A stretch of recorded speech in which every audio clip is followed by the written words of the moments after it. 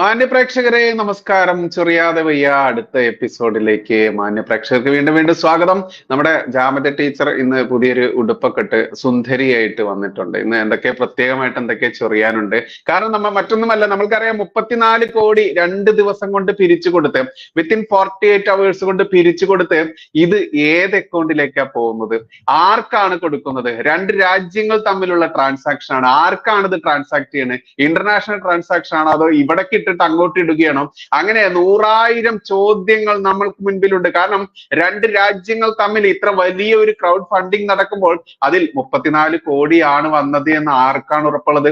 340 കോടി വന്നില്ല എന്ന് ആർക്കെങ്കിലും പറയാൻ പറ്റുമോ? ഇല്ല. 400, 500, 1000 കോടി വന്നിട്ടില്ല എന്ന് ആർക്കെങ്കിലും പറയാൻ പറ്റുമോ? അപ്പോൾ എവിടേക്കാണ് ഈ കോടികൾ വരുന്നത്? എന്തിനു വേണ്ടിയാണ് ഈ കോടികൾ പിരിക്കുന്നത്? ഇത് രണ്ട് രാജ്യങ്ങൾ തമ്മിലുള്ള രേഖാമൂലമുള്ള എന്തെങ്കിലും ഇടപാടുകൾ നടന്നോ? അങ്ങനെ 100,000 ചോദ്യങ്ങൾ ചോദിക്കുന്ന ഈ ഒരു വേളയിൽ ഈ വിഷയം തന്നെ നമ്മൾ എടുത്തിരിക്കുന്നത്. അതുകൊണ്ട് തന്നെയാണ് ഇതിൽ വർഗീയവാദികളാണ് ഈ പറയുന്ന ഞാനും അതല്ലെങ്കിൽ ടീച്ചറും എന്ന് നിങ്ങൾക്ക് ആർക്ക് വേണമെങ്കിലും ഞങ്ങളെ ആക്ഷേപിക്കാം. പക്ഷേ തലയിൽ മൂളയുള്ള മതവർഗീയതയല്ല, അതല്ലെങ്കിൽ ഞമ്മന്റെ ആളോടുള്ള സ്നേഹം മാത്രമല്ലാത്ത ഏതൊരാൾക്കും കോമൺ സെൻസ് എന്ന് പറയുന്ന സാധനമുള്ള ഏതൊരാൾക്കും ചിന്തിച്ചാൽ മതി, ഇത്രയ്ക്ക് ഈ ഒരു വലിയ കോടി കൊടുക്കുമ്പോൾ അതിന് നമ്മുടെ രാജ്യങ്ങൾ തമ്മിലുള്ള നിയമങ്ങൾ പാലിക്കേണ്ടതുണ്ട്. ആ രാജ്യം ആവശ്യപ്പെട്ടിട്ടുണ്ടോ ഇവന് 34 കോടി കൊടുത്താൽ ഞങ്ങൾ ഇവനെ അങ്ങോട്ട് കയറൂരി വിട്ടേക്കാമെന്ന് ഏതെങ്കിലും രാജ്യം പറഞ്ഞിട്ടുണ്ടോ? അങ്ങനെ 100,000 ചോദ്യങ്ങൾക്കുള്ളൊരു ഉത്തരമാണ് നമ്മൾ ഇവിടെ കാണുന്നത്. ഇന്ന് നമ്മൾ പ്രതീക്ഷിക്കുന്നുണ്ട് നമ്മുടെ ഒരു വിശിഷ്ട അതിഥിയായിട്ടുള്ള നുസ്രത് ജഹാൻ എന്ന് പറയുന്ന, നിങ്ങൾക്ക് എല്ലാവർക്കും അറിയാം, റിപ്പബ്ലിക്കൻ പാർട്ടി ഓഫ് ഇന്ത്യയുടെ നാഷണൽ വൈസ് പ്രസിഡന്റ് ആയിട്ടുള്ള നമ്മുടെ എല്ലാം ഒരു സഹോദരി. അവരെ നമ്മൾ പ്രതീക്ഷിക്കുന്നുണ്ട്. കാരണം അവർക്ക് ഈ വിഷയത്തിൽ ഗഹ്യമായ നല്ല ഗ്രാഹ്യമുണ്ട് എന്നുള്ളത് കൊണ്ട് തന്നെ പ്രതീക്ഷിക്കുന്നുണ്ട്. വരുമെന്ന് പ്രതീക്ഷിക്കാൻ നമ്മുടെ ലൈവ് മുന്നോട്ട് പോയിക്കൊണ്ടിരിക്കുമ്പോൾ ഇവിടെ കമന്റ് ഇടുന്ന എനിക്ക് ഏറ്റവും വലിയ രസം തോന്നുന്നത്, നമ്മൾക്കറിയാം മുഹമ്മദ് എന്ന് പറയുന്ന ഒരു കാർട്ടൂൺ, അതല്ലെങ്കിൽ ആ ഒരു കഥാപാത്രത്തെ തന്റെ ചോദ്യപേപ്പറിൽ ഉൾപ്പെടുത്തിയതിന് കയ്യും കാലും ജീവിതവും പോയ ആൾ തന്നെയാണ് ജോസഫ് മാസ്റ്റർ. അത്തരത്തിലുള്ള മുഹമ്മദ്മാരാണ് ഇവിടെ വന്ന് കമന്റ് ഇടുന്നത്. അത് സത്യത്തിൽ ഒരു വലിയൊരു അഭിനന്ദനം അറിയിക്കുന്നുണ്ട്. സുഹൈബ് മുഹമ്മദ് ആയാലും ഇനിയും മുഹമ്മദ് അൻസാർ ആയാലും പല രീതിയിലുള്ള മുഹമ്മദ്മാർ നിങ്ങളുടെ കൃത്യമായിട്ടുള്ള ആ കിതാബിൽ പറഞ്ഞിട്ടുള്ള സംസ്കാരം, അതല്ലെങ്കിൽ നിന്റെയൊക്കെ ആയത്തുകളിലും മറ്റൊക്കെ പറഞ്ഞിട്ടുള്ള സംസ്കാരം കാണിക്കുന്നുണ്ട്. നല്ല സംസ്കാരമാണ് അഫ്സൽ കോട്ടക്കൽ, നിന്റെയൊക്കെ സംസ്കാരം നല്ലത് തന്നെയാണ്. മുഹമ്മദ് എന്ന് കൂടി മുൻപിൽ ചേർത്താൽ പൂർണ്ണമായി. എന്തായാലും ഇവിടെ കൂട്ടിച്ചേർക്കേണ്ടത് മറ്റു രണ്ട് കാര്യങ്ങളുണ്ട്. ഇപ്പൊ ടീച്ചർ പറഞ്ഞു യമനിലുള്ള നിമിഷ എന്ന് പറയുന്ന ആ പെൺകുട്ടി ഒരു ക്രൈസ്തവ പെൺകുട്ടിയാണ് എന്ന് നമ്മൾ മതം തിരിച്ച് തന്നെ പറയണം. കാരണം മതം തിരിച്ചാണല്ലോ നമ്മൾ ഇവരുടെ നടന്നുകൊണ്ടിരിക്കുന്ന കാര്യങ്ങൾ കാണുന്നത്. അതുകൊണ്ട് തന്നെ മറ്റൊന്ന് പറയേണ്ടത്, രാമചന്ദ്രൻ എന്ന് പറയുന്ന അറ്റ്ലസ് രാമചന്ദ്രേട്ടന്റെ കാര്യം കൃത്യമായിട്ട് പറയേണ്ടതുണ്ട്. ദുബായ് അടക്കമുള്ള UAE ഒട്ടേറെ എമിറേറ്റ്സുകളിൽ ഗംഭീരമായി തന്നെ ബിസിനസ് നടത്തിയുള്ള, വിദേശ രാജ്യങ്ങളിൽ ബിസിനസ് നടത്തിക്കൊണ്ടിരിക്കുന്ന ആ മനുഷ്യൻ ജയിലിൽ പെട്ട സമയത്ത് ആരൊക്കെയായിരുന്നു ആ മനുഷ്യൻ ഒരാൾ പോലും മുന്നോട്ട് വരാതിരുന്നത് എന്ന് ചോദിക്കുന്നിടത്ത് തന്നെയാണ് ഇവരെ മതം തന്നെയാണ്, മതം തന്നെയാണ് ഇവിടുത്തെ പ്രശ്നം എന്ന് പറയേണ്ടതുണ്ട്. അത് രാമചന്ദ്രന് പകരം വല്ല മുഹമ്മദോ അതല്ലെങ്കിൽ ജബ്ബാറോ ഒക്കെ ആയിരുന്നു എന്നുണ്ടെങ്കിൽ ഒരു പക്ഷേ അദ്ദേഹം ഇന്നും നമ്മുടെ ഒപ്പം ജീവനോടെ ഉണ്ടാകുമായിരുന്നു. കാരണം അദ്ദേഹം മാസങ്ങളോളം ജയിലിൽ കടന്നു. മാത്രമല്ല അദ്ദേഹത്തെ മോചിപ്പിക്കാൻ ആരും ഇറങ്ങി പുറപ്പെട്ടില്ല എന്ന് മാത്രമല്ല, അദ്ദേഹത്തിന്റെ മുതലൊക്കെ വിറ്റുകൊണ്ട് പോലും അവിടെ ഫൈൻ അടയ്ക്കേണ്ടത്, കേസ് നടത്തേണ്ടതുമായിട്ടുള്ള അദ്ദേഹത്തിന്റെ ഭാര്യ മാത്രമേ അദ്ദേഹത്തിന്റെ കൂടെ ഉണ്ടായിരുന്നുള്ളൂ എന്ന് നമ്മൾ ചിന്തിക്കേണ്ടതുണ്ട്. ഇവിടെയാണ് രാമചന്ദ്രനും നിമിഷ എന്ന് പറയുന്ന ഈ രണ്ട് മതസ്ഥരായിട്ടുള്ള, ഹിന്ദുവും ക്രൈസ്തവനുമായിട്ടുള്ള ആ മതസ്ഥർക്ക് ഈ കേരളത്തിലെ ഇസ്ലാമിക അൽ കേരളം എന്ന് ആരെങ്കിലും പറഞ്ഞു കഴിഞ്ഞാൽ അതിന് കുറ്റപ്പെടുത്താനാവില്ല. കാരണം എന്തിലും ഏതിലും മതം തിരുകിക്കൊണ്ട് ആ മതസ്ഥർക്ക് വേണ്ടി മാത്രം ഭരിക്കുന്ന ഒരു ഭരണകൂടം, ആ ഭരണകൂടത്തിനുള്ളിൽ ഇത്രയും നികുതി കാശ് കൊടുത്തുകൊണ്ട് ഞാനടക്കമുള്ള എന്നെ കാണുന്ന ക്രൈസ്തവരും ഈ പറയുന്ന ഈ ഹിന്ദുക്കളും അടക്കമുള്ള ആളുകൾ അടക്കുന്ന നികുതി കാശുണ്ടല്ലോ, ആ നികുതി കാശ് എടുത്തുകൊണ്ട് മദ്രസ ഉസ്താക്കന്മാർക്ക് ഈ വർഗീയത പഠിപ്പിക്കാനും ഈ മതം തലയിൽ കുത്തിക്കയറ്റി കൊടുക്കാനും പോലും ഉപയോഗിക്കുന്നു ഈ നികുതി കാശ്. എന്റെ നികുതി കാശ് എന്ന് പറയുമ്പോൾ എനിക്കതിൽ കൃത്യമായിട്ട് വേദനയുണ്ട്, എനിക്കതിൽ കൃത്യമായിട്ട് പ്രതിഷേധമുണ്ട്. കാരണം പഠിപ്പിക്കേണ്ടത് നമ്മുടെ സംസ്കാരവും നമ്മുടെ ഈ നാടിന്റെ പാരമ്പര്യവുമാണ് പഠിപ്പിക്കേണ്ടത്. അല്ലാതെ ഇവിടേക്ക് കയറി വന്നിട്ട് ഇവിടെ കാട്ടിക്കൂട്ടിയ ഇസ്ലാമിക ഭീകരതയല്ല പഠിപ്പിക്കേണ്ടത്. ടിപ്പു സുൽത്താൻ എന്ന് പറയുന്ന, എന്നാൽ ട്രോളുകാരൊക്കെ വിളിക്കുന്ന പട്ടി സുൽത്താൻ ഉണ്ടല്ലോ, ഈ ടിപ്പു സുൽത്താൻ എന്ന് പറയുന്ന എന്നാൽ ട്രോളുകാർ വിളിക്കുന്ന പട്ടി സുൽത്താനെ പറ്റി നമ്മളും നമ്മുടെ മക്കളും പഠിക്കുന്നുണ്ട്. എന്നാൽ ഇവിടുത്തെ ധീരദേശാഭിമാനികളായിട്ടുള്ള ആളുകളെ ചെരുപ്പ് നക്കികളെന്നും അതല്ലെങ്കിൽ ഒറ്റുകൊടുത്തവരെന്നും മാപ്പ് പറഞ്ഞവരെന്നും അധിക്ഷേപിച്ചുകൊണ്ട് അവരെ ആ രീതിയിൽ പഠിപ്പിക്കുന്ന, ഈ സംസ്കാരം പഠിപ്പിക്കുന്ന നമ്മുടെ നാടിന്റെ പോക്ക് ഇങ്ങനെയാവുമ്പോൾ അത് പച്ചയ്ക്ക് മതം തിരിച്ച് തന്നെ പറയും. അതിന് നിങ്ങൾക്ക് ചെയ്യാവുന്നത് 153A പ്രകാരം എത്ര കേസുകൾ നിങ്ങൾ എടുത്തു കഴിഞ്ഞാലും, എത്ര വട്ടം ഞങ്ങളെ ജയിലിൽ അടച്ചു കഴിഞ്ഞാലും നിങ്ങൾ അടയ്ക്കുക. നിങ്ങൾക്കുള്ള ജോലി ഇസ്ലാമിക ജിഹാദികളുടെ ചെരുപ്പ് നക്കലും ഈ മാപ്പ് പറച്ചിലും ഒറ്റുകൊടുക്കലും നാടിനെ കൂട്ടിക്കൊടുക്കലും ആകുമ്പോൾ ഞങ്ങൾക്കത് പച്ചയ്ക്ക് ഞങ്ങളുടെ ജനങ്ങളോട്, ജനതയോട്, ഇവിടുത്തെ സമൂഹത്തോട്, ഈ സംസ്കാരത്തിന്റെ ഭാവിയിലെ വാഹകരോട് പച്ചയ്ക്ക് പറയേണ്ടതുണ്ട്.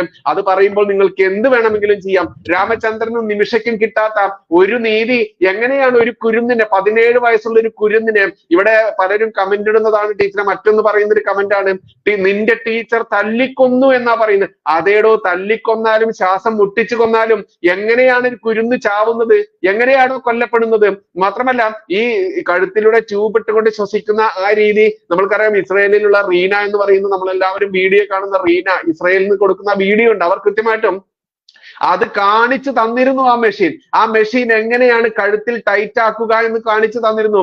ഒരു സാധാരണ ചെറിയൊരു തള്ളിലോ ചെറിയൊരു ഉന്തിലോ അത് കഴുത്തിൽ നിന്ന് തെന്നിപ്പോവുകയല്ല. ഇവിടെ പ്രചരിപ്പിച്ചത് എന്താണ്? ഇവൻ സമാധാനത്തിന്റെ വെള്ളരിപ്രാവാണെന്ന് ബോധിപ്പിക്കാൻ വേണ്ടി അത് ഈ കുട്ടി ഇവനെ ചെരുപ്പ് കൊണ്ട് തല്ലുകയും ഈ കുട്ടി ഇയാൾക്കെതിരെ തുപ്പുകയും ചെയ്തപ്പോൾ അവൻ കൈകൊണ്ടൊന്ന് മാടി എന്നാ പറയുന്നത്. ഒന്ന് ആലോചിച്ച് നോക്കും. ഈ തൊണ്ടക്കുഴിയിലൂടെ കുഴലിട്ട് ശ്വാസം വലിക്കുന്ന ആ കുട്ടിക്ക് ഒരിക്കലും തുപ്പാനോ ഈ കൈ പൊക്കിക്കൊണ്ട് അടിക്കാനോ ആവില്ല എന്നിരിക്കെ പച്ച നുണ പടച്ചിറക്കിക്കൊണ്ട് ഒരു കൊലയാളിയെ വെളുപ്പിക്കാൻ വേണ്ടി ഇവിടുത്തെ അൽ കേരള ഈ ഇസ്ലാമിക ഭീകരന്മാർ ഇറങ്ങിയിട്ടുണ്ടെങ്കിൽ അവർക്ക് കുടപിടിച്ചുകൊണ്ട് ബോച്ചയെ പോലുള്ള പെണ്ണുപിടിയന്മാരായിട്ടുള്ള സ്വർണ്ണക്കട മുതലാളിമാർ ഇറങ്ങിയിട്ടുണ്ടെങ്കിൽ അതിനൊരേ ഒരു ലക്ഷ്യം മാത്രമേ ഉള്ളൂ. ഈ ക്രൗഡ് ഫണ്ടിങ് 34 കോടിയല്ല, 340 3400 കോടി ആയിരിക്കാം. അതെവിടേക്കാണ് പോയതെന്ന് ഇവിടെ ഇട്ടുകൊടുത്തിട്ട് അയ്യോ ഞാനും അഭിമാനിക്കുന്നു, റഹീമിന്റെ ജീവിതം രക്ഷപ്പെടുത്താൻ ഞാനും രൂപ കൊടുത്തെന്ന് പറഞ്ഞ ആ ഒരു അഭിമാനം കൊള്ളുന്ന ഓരോരുത്തരും നിങ്ങൾ ആലോചിച്ച് നോക്കുക. എവിടേക്കാണ് നിങ്ങൾ ഇട്ട പൈസ? നിങ്ങളൊരു QR കോഡോ അതല്ലെങ്കിൽ അവർ പറഞ്ഞിട്ടുള്ള സംഭവത്തിലൂടെ നിങ്ങൾ കാശ് അയച്ചല്ലോ, അത് എവിടെ ചെന്ന് നിൽക്കുന്നു? അവരെന്താ ഇത്രയും നാളത് കൈകാര്യം ചെയ്തിട്ട് അവരെന്തുകൊണ്ട് ഹാൻഡ് ഓവർ ചെയ്യുന്നില്ല ആ കാശ്? എത്രയാണ് പണം വന്നതെന്ന് പറഞ്ഞിട്ടുണ്ടോ? അവരത് നിർത്തിയിട്ടുണ്ടോ? അതൊരു വലിയ ചോദ്യമാണ്. ഈ 34 കോടി എന്ന് പറഞ്ഞ ആ സമാഹരിക്കാൻ വേണ്ടി ഉണ്ടാക്കിയ ആപ്പിലൂടെ ഇന്നും പണം വന്നുകൊണ്ടിരിക്കുന്നുണ്ടോ എന്ന് ആരെങ്കിലും സംശയിച്ച് പറഞ്ഞാൽ കുറ്റപ്പെടുത്താനാവുമോ? മാത്രമല്ല അതിൽ എത്ര രൂപ ഇതുവരെ വന്നു എന്ന് ആരെങ്കിലും പറഞ്ഞിട്ടുണ്ടോ? ഇവിടെ നമ്മൾക്കറിയാം നന്മ മരങ്ങളായിട്ട് നടക്കുന്ന ഒരുപാട് ആളുകളുണ്ട്. അവർ പോലും കാണിക്കുന്ന മര്യാദ ഈ ജിഹാദി ഫണ്ട് കളക്ട് ചെയ്ത ആളുകൾ കാണിച്ചിട്ടില്ലല്ലോ. കാരണം ഈ നന്മ മരങ്ങൾ കാണിക്കാറുണ്ട്, ഞങ്ങൾ ഈ ഫണ്ട് ക്ലോസ് ചെയ്തിരിക്കുന്നു, ഈ രോഗിക്ക് വരുന്ന കാശ് ഇതാ ക്ലോസ് ചെയ്തിരിക്കുന്നു ഈ അക്കൗണ്ട് എന്ന് പറഞ്ഞുകൊണ്ട് ആ അക്കൗണ്ട് ക്ലോസ് ചെയ്യാറുണ്ട്. എന്നിട്ടോ മാക്സിമം ഇത്ര രൂപ വന്നു എന്ന് പറയാറുണ്ട്. അവര് 60-40% ഒക്കെ അവരെ എടുത്തോട്ടെ, പക്ഷെ അവർ കൃത്യമായിട്ട് കണക്ക് കാണിക്കാറുണ്ട്. ആ കോമൺ സെൻസ് പോലും കാണിക്കാതെ ഇത്തരത്തിൽ ലക്ഷക്കണക്കിന് കോടിക്കണക്കിന് രൂപ പിരിക്കുമ്പോൾ അത് ചോദ്യം ചെയ്യപ്പെടുക തന്നെ ചെയ്യും. കാരണം എന്റെ രാജ്യത്തിന് വേണ്ടി, എനിക്ക് വേണ്ടി ഇതില് ഇപ്പൊ പറയുന്നുണ്ട് സുഭാഷ് സുബ്രൻ, പിന്നെന്താ റോയ് തുണ്ടേൽ, അതുപോലെ മുഹമ്മദ് സാബിത്തെ, ബാസിത്ത് അല്ല സാബിത്ത, സാബിത്ത് തന്നെ. സാബിത്തെ, നിന്റെ ഉമ്മായുടെ വിശേഷങ്ങളൊക്കെ നീ ഇവിടെ പറഞ്ഞല്ലോ, മദ്രസയിൽ കുനിഞ്ഞു നിന്നിട്ടുള്ള ഉമ്മായുടെ വിശേഷങ്ങൾ പറഞ്ഞു, നന്നായി. നിനക്ക് സത്യത്തിൽ ടീച്ചറെ, ഞാൻ ഈ റീന, ജെറുസലേമിലുള്ള റീന എന്ന് പറയുന്ന ആ സ്ത്രീ, അവർ ഈ സുഡാപ്പികളെ, ഈ ജിഹാദികളെ വിളിക്കുന്ന തെറിയൊക്കെ കേട്ടിട്ടുണ്ടെങ്കിൽ ഇവനൊക്കെ ആ ഉമ്മയുടെയും പെങ്ങളുടെയും മോളുടെയും ഭാര്യയുടെയും മുഖത്ത് എങ്ങനെ നോക്കുമെന്ന് ഞാൻ ചിന്തിച്ചിട്ടുണ്ട്. പക്ഷെ പിന്നെ അത് മനസ്സിലായത്, ഈ പറയുന്ന ഇതിനെയൊക്കെ വെറും ഒരു കൃഷിയിടമായി കാണുന്ന, അവന്റെയൊക്കെ കാമം തീർക്കാനുള്ള ഒരു ഉപഭോഗ വസ്തുവായി കാണുന്ന നികൃഷ്ട ജന്തുക്കൾക്ക് ഇവരോടൊക്കെ മാനസികമായുള്ള ബന്ധം എന്താണ്, അതല്ലെങ്കിൽ അടുപ്പം എന്താണ്? ഈ ഒരു ദുഷ്ടത്തരം, ഈ അതാ പാവം നജീബിനെ നായിക്കുന്നവർക്ക് തിന്നാൻ പറ്റാത്ത രീതിയിൽ ആടിനെ വരെ ബലാത്സംഗം ചെയ്തിരുന്നു എന്ന രീതിയിലൊക്കെ പ്രചരിപ്പിച്ചുകൊണ്ട് അയാൾക്ക് മനുഷ്യന്മാരുടെ മുഖത്ത് നോക്കാൻ പറ്റാത്ത രീതിയിലേക്ക് എത്തിച്ചിട്ടുണ്ട്.